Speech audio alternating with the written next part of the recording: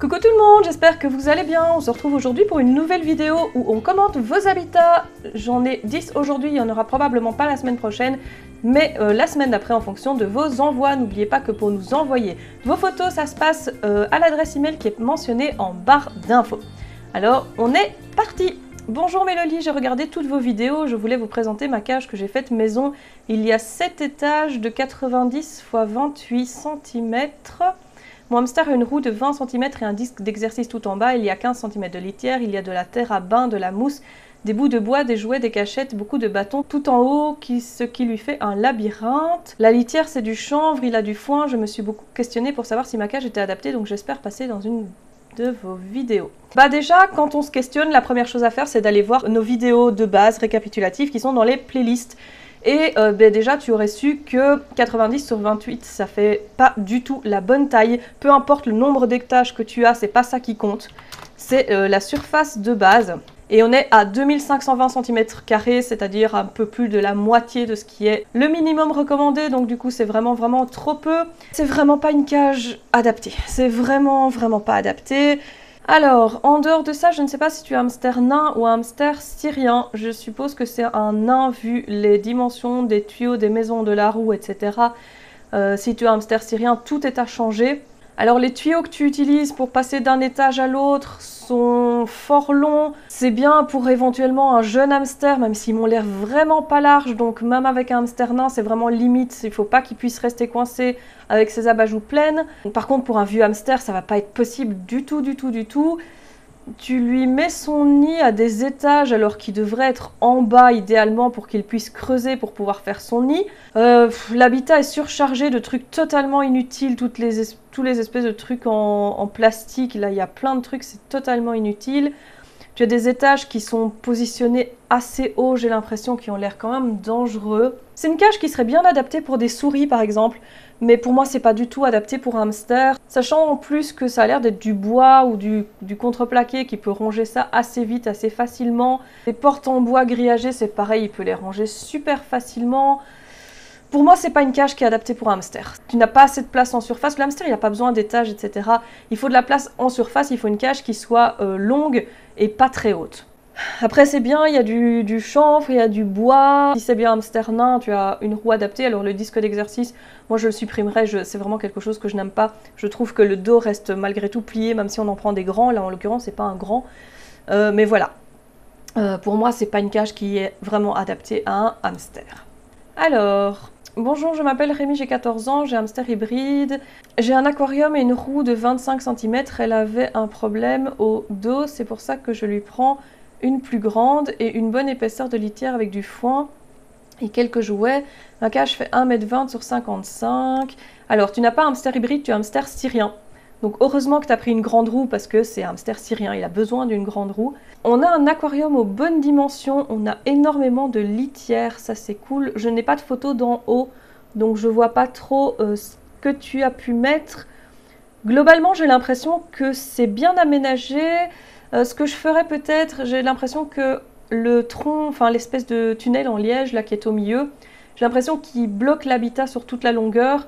Donc peut-être le pousser un petit peu, histoire que le hamster ait quand même vraiment de la place pour faire toute la longueur de l'aquarium, vraiment sur le côté avant. Pour moi, sinon, je vois pas d'autres problèmes. On a du foin, on a un peu de millet, on a 2 cachettes aux bonnes dimensions. C'est pas trop encombré. Non, pour moi, sinon, c'est un très bon habitat.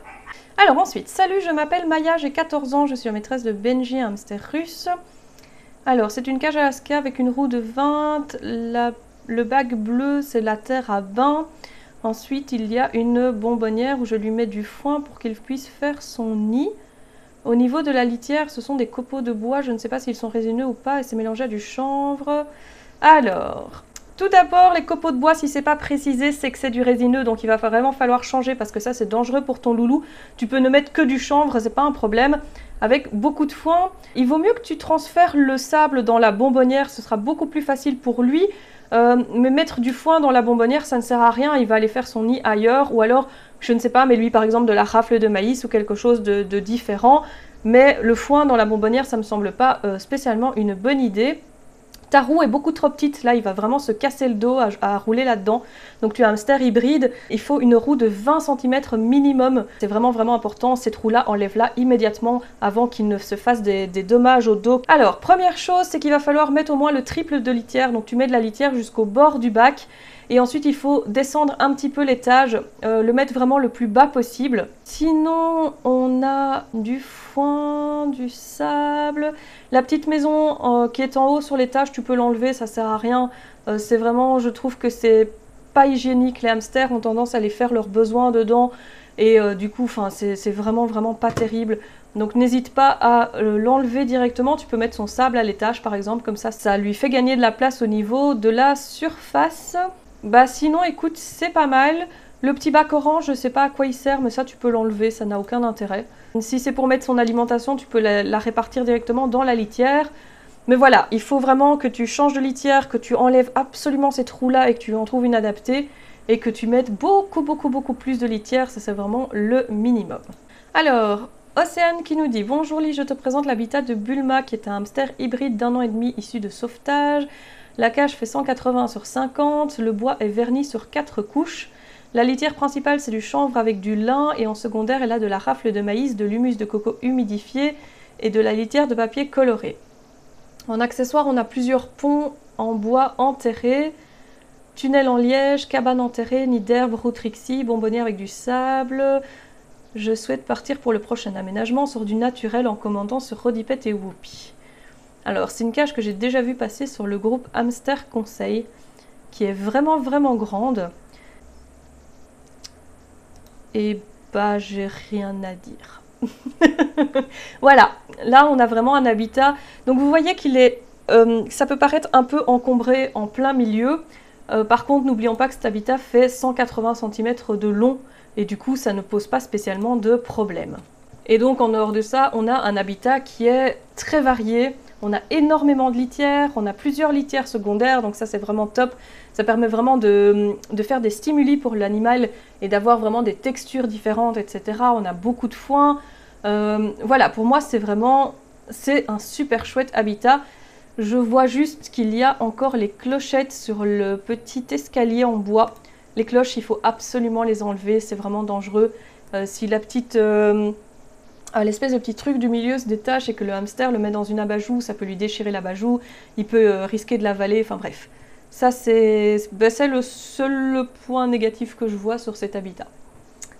Voilà. Alors, ensuite, Cindy qui nous dit « Coucou, je vous présente la cage de mon hamster syrien. C'est une cage Alaska.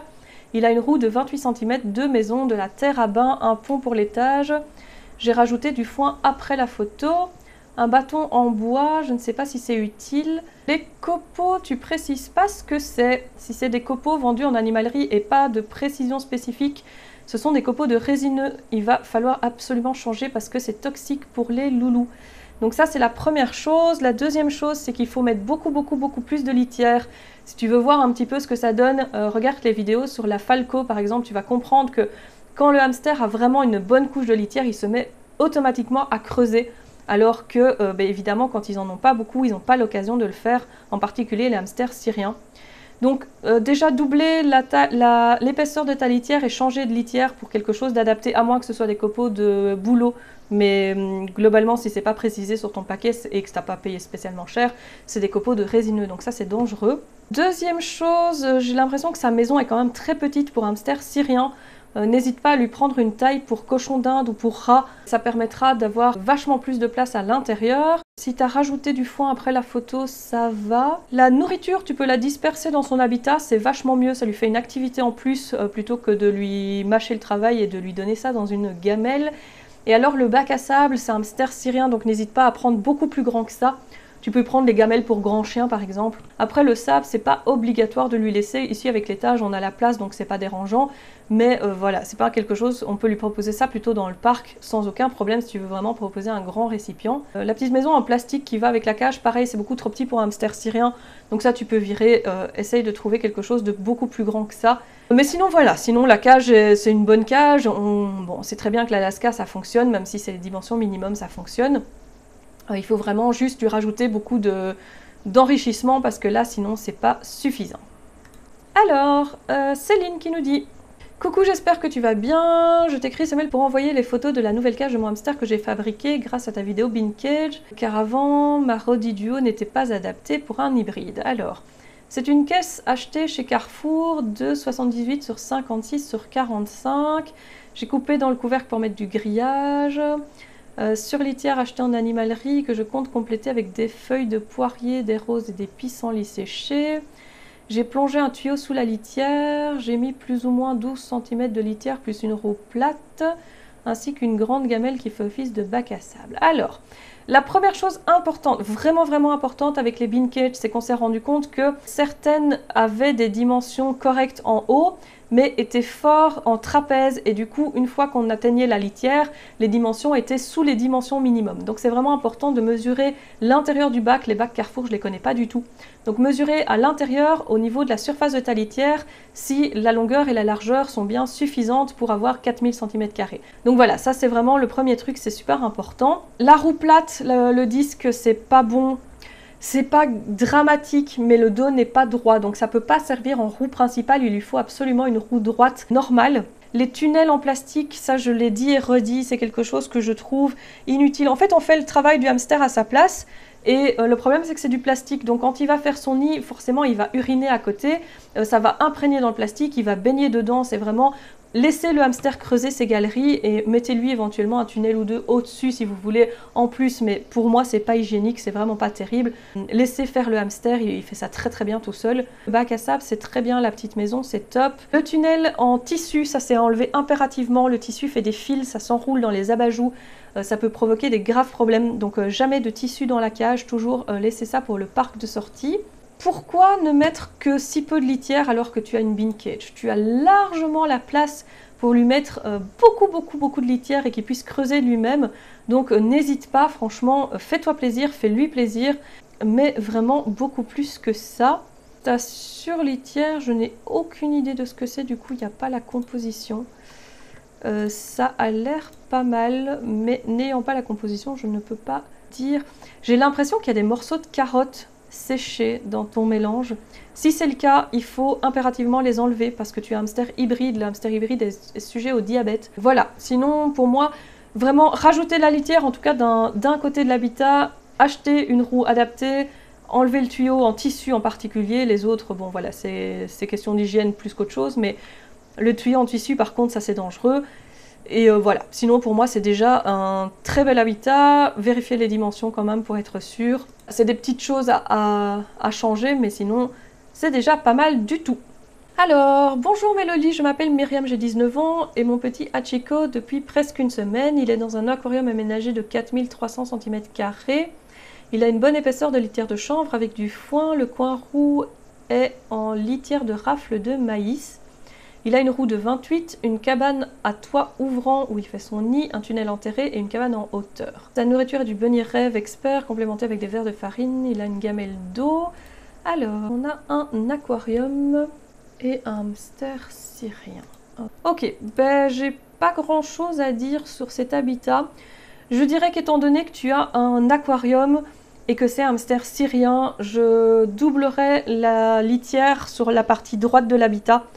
Donc vraiment mettre beaucoup plus qu'il ait vraiment la possibilité. Ce que tu peux faire aussi, c'est par exemple laisser le foin là où il est et rajouter encore de la litière par-dessus. Comme ça, quand il va creuser à la recherche du foin et en même temps, ça va faire tenir un peu ses galeries. Ce sera beaucoup plus facile pour lui.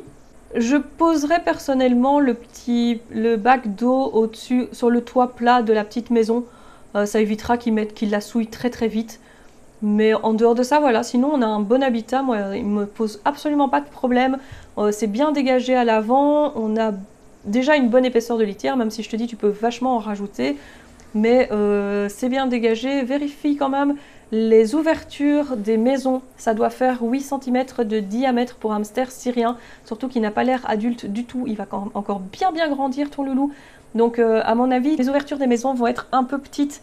Donc il faudrait quand même regarder à ça, quitte à lui changer d'ici un mois ou deux quand il sera bien grand. Mais voilà, sinon pour moi c'est un habitat qui est bon, qui est bien aménagé. Il n'y a pas spécialement besoin de changer grand chose. Alors ensuite, voici, j'ai pas de nom. Voici la cage de mon hamster nain de 4 mois nommé Maurice. Je ne connais pas les mesures, mais il a 2 cachettes, de l'eau, une roue et de la nourriture. Je ne vais pas m'éterniser sur cette cage, va revoir les vidéos sur l'habitat. Clairement, tu ne connais pas les mesures, il suffit de prendre 1 mètre et de mesurer. Clairement, cette cage est trop petite, les copeaux sont pas corrects, il n'y a pas du tout assez de place, il n'y a pas de foin, il n'y a pas de surlitière. Les étages en barreaux, c'est très dangereux, les hamsters se cassent les pattes dedans. Ta roue est beaucoup trop petite, il va se péter le dos. La maison, elle n'a rien à faire tout en haut de l'étage. Bref, revois, je t'invite plutôt à regarder toutes nos vidéos sur les présentations d'habitat. Tu devrais pouvoir comprendre en théorie pourquoi cet habitat n'est pas du tout adapté et te tourner vers un habitat correct. Alors, Léana qui nous dit « Bonjour, je vous envoie une photo de l'habitat de mon hamster neige qui fait 78 sur 56.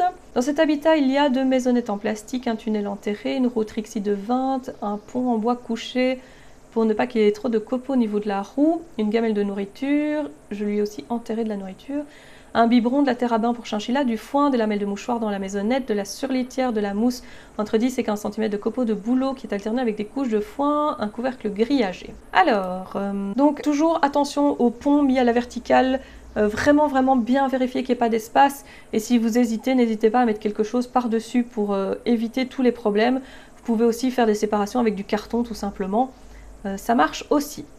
Donc on a un hamster hybride, je ne reviens pas sur les tuyaux enterrés, j'ai donné mon avis déjà en début de vidéo. On a une cage qui est bien variée avec de la surlitière, du foin, etc.